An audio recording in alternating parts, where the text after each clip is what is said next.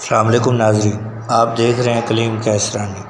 ناظرین، لاہور بورڈ نے میٹرک اور انٹر کے امتحانات کا اعلان کر دیا ہے۔ اس سے پہلے ہم آپ کو بتائیں کہ کس تاریخ سے امتحان شروع ہو رہے ہیں۔ نئے دوستوں سے گزارش ہے کہ ہمارے چینل کو سبسکرائب کریں، بیل آئیکن کے بٹن کو پریس کریں۔